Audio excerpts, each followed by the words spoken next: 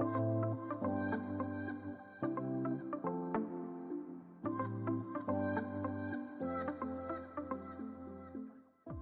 am so glad you joined us today. I'm Carla Fisher, and this is Artworks Oriental. Artworks Oriental is a really special place. It's a different kind of place. It's a place where, in Oriental, where people can come and they can watch artists at work, because at our core, that's what we are. We are a studio full of artists who are actually working, doing our craft, and we're learning from each other as we go along. You have the opportunity to talk with these artists. You can watch them work, ask questions. You can buy from them. You can even commission them to do a special piece of art just for you.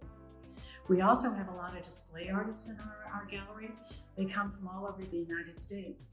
And technically, I could say that they come from all over the world, because we do have an artist from Brazil, an artist from London, and an artist from France.